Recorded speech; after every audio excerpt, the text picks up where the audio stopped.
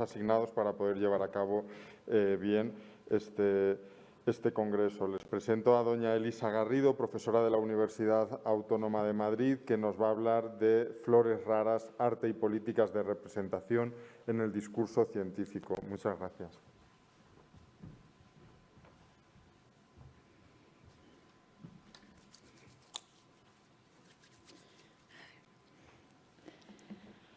Hola.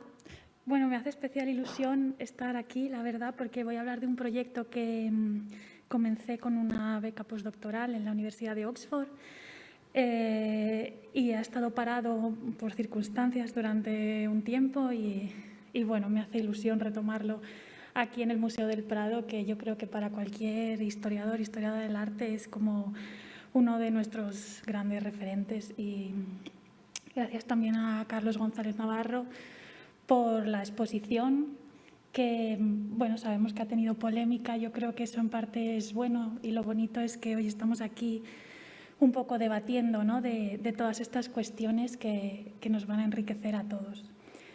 Y bueno, yo empecé estudiando arte y ciencia en la pintura de paisaje a través de la obra de Humboldt. Por tanto, soy también un poco una flor rara, ¿no?, una historiadora del arte en el campo de la historia de la ciencia. Y aquí tengo que agradecer a mis compañeros de doctorado en su momento, Carmen Gaitán y Manuel Ramírez, que ya estudiaban cuestiones de género y que llamaron mi atención sobre algunas cuestiones y algunas preguntas que luego han guiado mi investigación, ¿no? En particular, una de las preguntas que yo empecé a hacerme, a estudiar la historia visual de la ciencia del 19, fue dónde estaban, ¿no?, las mujeres científicas que yo veía sobre todo en notas a pie de página y en referencias breves. Y así llegué a Margaret Rossiter, que hablaba principalmente del efecto Matilda como causa de esta ausencia, ¿no? ¿Qué es el efecto Matilda? Bueno, se basa en el principio de no autoridad. Esto quiere decir que básicamente un autor, según su consideración pública, su consideración social, siempre va a ser escuchado, va a tener una mayor aceptación pública, no tanto por lo que diga, sino por quién es, ¿no? Esto es interesante en el caso de las mujeres, porque el concepto de hombre de ciencia en la Ilustración se forma a partir principalmente de esa consideración pública, ¿no?, y de esas funciones sociales que son públicamente reconocidas. Bueno, esto apoyado además por el discurso de algunos científicos que en ese momento utilizaron el determinismo biológico para justificar la incapacidad o la inferioridad de mujeres en ciencia, apoyaba un poco ese discurso de la exclusión de las mujeres en historia de la ciencia, ¿no? Bueno, aquí he puesto uno de los libros que ha sido un gran referente, sobre todo lo que he leído de Londa Schevinger, que precisamente habla de esas cuestiones, de cómo los orígenes de la ciencia moderna, la creación de instituciones, excluye directamente a la mujer, sobre todo basándose en argumentos científicos. Y esto es una cuestión importante, porque un argumento científico lo presuponemos como objetivo, en principio. Por tanto, la discusión se cierra, ¿no? Bueno, en el caso, por ejemplo, de científicos españoles, también sucedía. He traído una cita de Gregorio Marañón que dice así, ¿no? Él hablaba de el carácter sexualmente anormal de esas mujeres que saltan al campo de las actividades masculinas. Agitadoras, pensadoras, artistas, inventoras, en todas se pueden descubrir rasgos de sexo masculino, adormecido en las mujeres normales.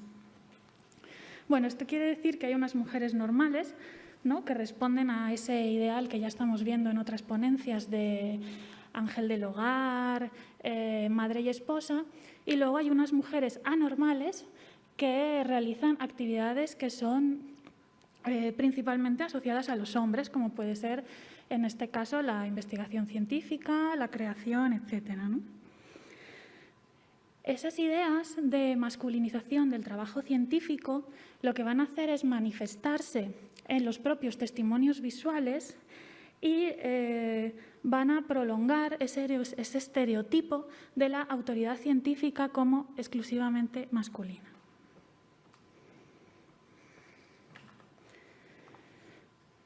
Por una parte, mi investigación me ha llevado por dos cuestiones, ¿no? Por un lado, el arte como elemento de agencia para las mujeres en el discurso científico, es decir, cómo muchas de ellas utilizaron la creación artística o sus destrezas para introducirse en el discurso científico. Y ahora vamos a ver a qué me estoy refiriendo. Y por otra parte, cómo las científicas y la ciencia hecha por mujeres ha sido representada a través del arte, ¿no? Bueno, como hemos comentado, la exclusión de las mujeres en ciencia se convirtió en algo natural, algo garantizado por el propio discurso científico. Por lo tanto, existía un conflicto entre la visibilidad femenina en ciencia y la imagen tradicional que tenemos de lo que es la autoridad científica. No obstante, muchas mujeres utilizaron el arte para entrar en esos espacios de la ciencia que en ese momento estaban restringidos. Y esto, sobre todo, se hizo a través de la historia natural y de la ilustración botánica. A partir del siglo XVIII, como sabréis, Linneo publica sus tratados sobre clasificación del sistema natural y numerosos investigadores viajeros se lanzan a clasificar el mundo y a representarlo basado en el método científico, ¿no? Al mismo tiempo, muchas mujeres, por la imposibilidad de entrar en las enseñanzas oficiales, están recibiendo o están interesadas en las clases de dibujo para señoritas. Y también hay un florecimiento de estas mujeres y su interés en la pintura de flores. ¿Qué pasa? Que a su vez, cuando la pintura de flores está asociada a lo femenino y a la mujer, empieza una devaluación como género. Esto lo cuenta muy bien Maricruz de Carlos en el catálogo, en la sección sobre los géneros, ¿no? Por lo tanto, tenemos esas mujeres que pintan flores y que están un poco entre dos mundos. Por una parte, la cultura de damas asociada a lo femenino, a la delicadeza de las flores, pero por otra, ese mundo masculino de la ciencia donde empiezan a trabajar en ocasiones realizando ilustraciones botánicas. Como sabemos, la pintura de flores era un género menor, para la que en principio se pensaba que no se necesitaba genialidad, pero sabemos que hay casos de muchas de estas mujeres, sobre todo en el ámbito victoriano británico, que hicieron de la ilustración botánica su trabajo y les permitieron independizarse económicamente, en cierto sentido, ¿no? Por ejemplo, tenemos a Elizabeth Blackwell, que publicó A Curious Herbal y lo hizo para saldar las deudas de su marido, que en ese momento estaba en la cárcel, y ella misma consiguió, a través del arte, vender su propio trabajo, superar esa situación de dificultad económica porque cada vez tenía un hijo, y se hizo, bueno, relativamente famosa en su momento y consiguió, a través del arte, trabajar como ilustradora botánica, ¿no? Por otro lado, también tenemos a Mary Lawrence, que formó una escuela de ilustración botánica en Londres, donde recibía alumnas que recibían enseñanzas en este sentido. Y, por ejemplo, tenemos otra historia, la de Anne Pratt, que es la que os he mostrado antes, que hizo de la pintura de flores y de la ilustración botánica, en este caso, su trabajo. Permaneció soltera hasta los 60 años, lo que nos quiere decir que ella fue independiente económicamente gracias a su trabajo como ilustradora de flores, ¿no? Ilustradora botánica. En España es complicado encontrar ejemplos, pero, por ejemplo, tenemos a Blanca Catalán de Ocón, que es considerada la primera botánica española, de la que se sabe muy poquito, pero conocemos que hizo un estudio sobre la flora aragonesa y además descubrió una especie llamada Saxifraga blanca, y ella fue citada por un botánico llamado Bill Cohn, que precisamente refiere a Blanca Catalán de Ocón como descubridora de esa especie, ¿no? Por otro lado, tenemos a Teresa Madasú, que también recibió clases sobre ilustración y trabajó en la comisión del mapa geológico, ilustrando fósiles. Bueno. Tenemos que este problema para la historia de la ciencia sobre la invisibilidad de las mujeres en el arte se nos presenta como las ausencias de rostros, ausencias visuales de esas mujeres que trabajando en ciencia, ya sea para esos trabajos considerados menores como la escritura, como la ilustración, o en otras cuestiones como la creación o la investigación, están prácticamente invisibilizadas, no solo del discurso escrito, sino también de nuestro discurso visual. Y en parte esto tiene algo que ver con esa imagen proyectada del hombre de ciencia que contradice los propios atributos femeninos relacionados con la maternidad y con esa imagen del ángel del hogar, ¿no? ¿Qué pasa? Esta exclusión de la mujer en la ciencia está directamente relacionada con la institucionalización de la ciencia moderna.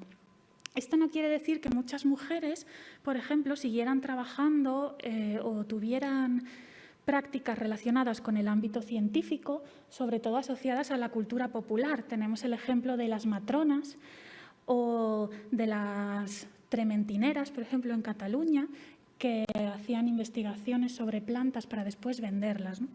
Esto lo ha trabajado, por ejemplo, María Taussiet, que habla sobre esa asociación de las mujeres que comparten sus saberes populares sobre medicina, en este caso como matronas, por ejemplo, y son acusadas de brujería, como una acusación, digamos, que intentaba someter esa intención que las mujeres tenían sobre acercarse al conocimiento y compartirlo entre ellas y en sus círculos, ¿no? Aquí coincide un poco con Silvia Federici en Calibán y la bruja, que precisamente habla de cómo las acusaciones de brujería fueron un intento de control para que muchas mujeres no accedieran al conocimiento, porque el conocimiento era poder. Y bueno, también es curioso, en alguna entrevista de Silvia Federici, ella afirma que no entiende por qué esa historia de las mujeres acusadas de brujería no se ha reflejado en muchos libros de historia, ¿no? Y que para ella esto es una expresión de cómo la historia la escriben los vencedores. Por lo tanto, en ese conflicto de poder, la acusación de brujería a las mujeres que intentaban alcanzar conocimiento se basaba en una intención de demonizar al otro y de quitarle agencia, ¿no? Basta decir, por ejemplo, que Hipatia, la considerada primera científica, fue acusada también de brujería. Y, de hecho, su mitificación deriva en que en el siglo XIX, por ejemplo, se la representa muy sexualizada, especialmente por los prerrafaelitas en ese momento trágico de su muerte desnuda, ¿no? Cuando es asesinada a manos de una turba de cristianos. No debemos olvidar que la primera mujer en España en poder estudiar medicina a través de estudios oficiales fue Dolores Aleu, a finales ya del siglo XIX, 1879. Pero eso no quiere decir que hubiese prácticas basadas en el conocimiento científico, tanto en España como en otras regiones, ¿no? Uno de los ejemplos concretos que yo me he encontrado es este de la llamada bruja de Shropshire, donde el médico William Whitelin cuenta precisamente en uno de sus tratados que los beneficios de la dedalera y cómo tratar enfermedades con esta planta los adquirió a través de su contacto con una mujer anciana que vivía en Shropshire y que había realizado curas allí donde los practicantes habituales habían fallado previamente. Esta idea, de hecho, de la bruja de Shropshire después será representada en algunas estrategias publicitarias de farmacéuticas y se irá mitificando también como esa imagen de la bruja.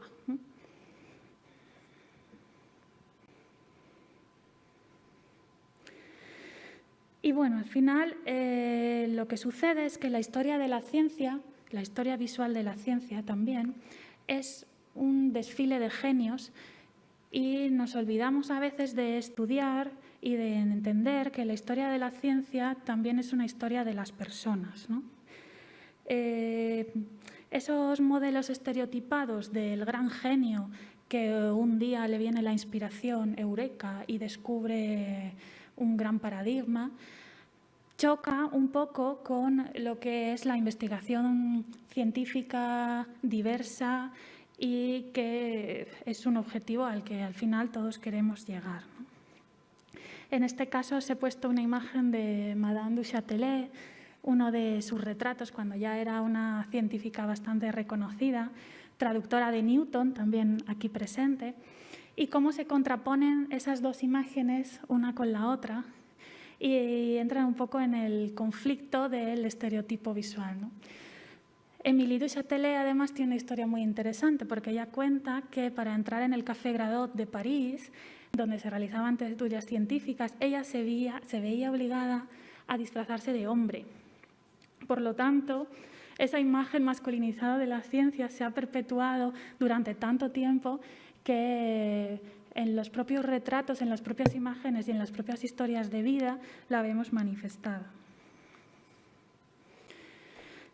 Bueno, en 1943, Antoine de Saint-Exupéry escribía esto en el gran relato infantil, ¿no?, que es El Principito, y contaba cómo el descubridor del asteroide B612 no había sido escuchado por la comunidad científica precisamente por vestir el traje tradicional, y hasta que un dictador obligó a todo su pueblo a vestirse a la europea, nadie había compartido su opinión, ¿no? Y sí, a partir de ese momento, cuando había tenido, digamos, esa imagen normativa de lo que es la autoridad científica, ¿no?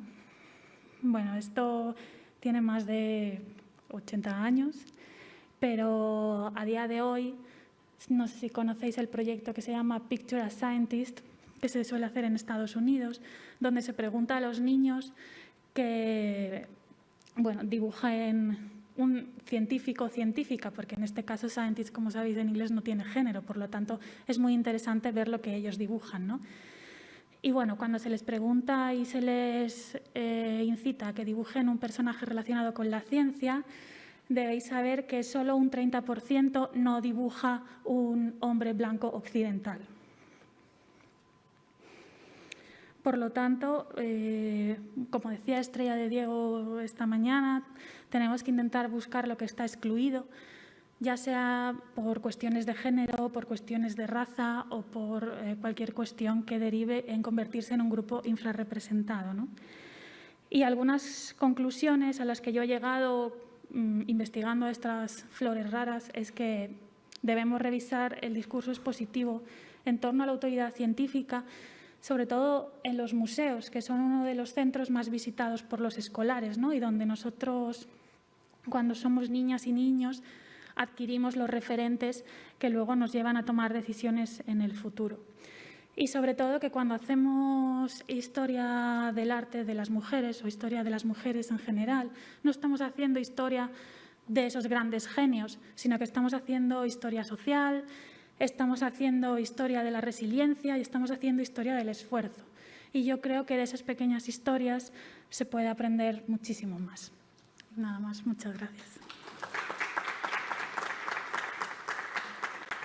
Muchas gracias. Vamos a hacer la primera conexión vía Zoom